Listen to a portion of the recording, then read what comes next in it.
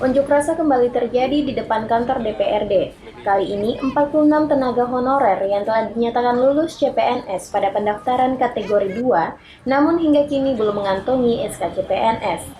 Para kategori 2 tersebut kesal sebab SK CPNS K2 yang sudah dibagikan baru 205 orang.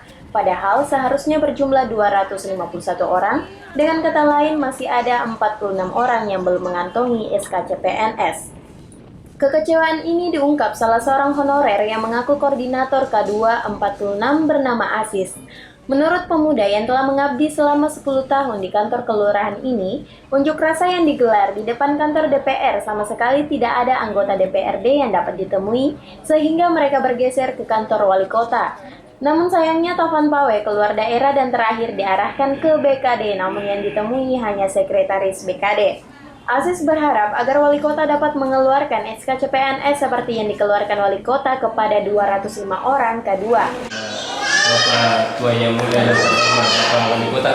Dan itu supaya bisa bersama dengan yang Rasul yang telah dinyatakan lulus dan terima SK CPNS.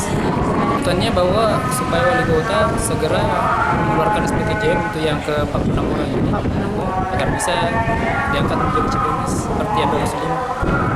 Senada dengan Asis, kedua staf administrasi Satpol PP Haslinda juga berharap agar mendapat kejelasan dan perhatian dari pemerintah, karena dirinya telah mengabdi bukan setahun 2 tahun, tapi sudah 7 tahun lamanya. Apalagi ia harus menafkahi anaknya. Kasihan bagaimana perhatian pemerintah, jangan karena bukan cuman kali ini kita datang ke sini, sudah beberapa kali kami ke Dewan pertanyakan, tolonglah dibantu kami.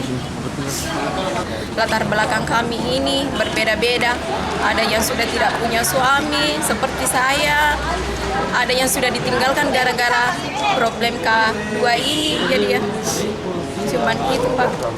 Hasrianti, Pare TV mengabarkan.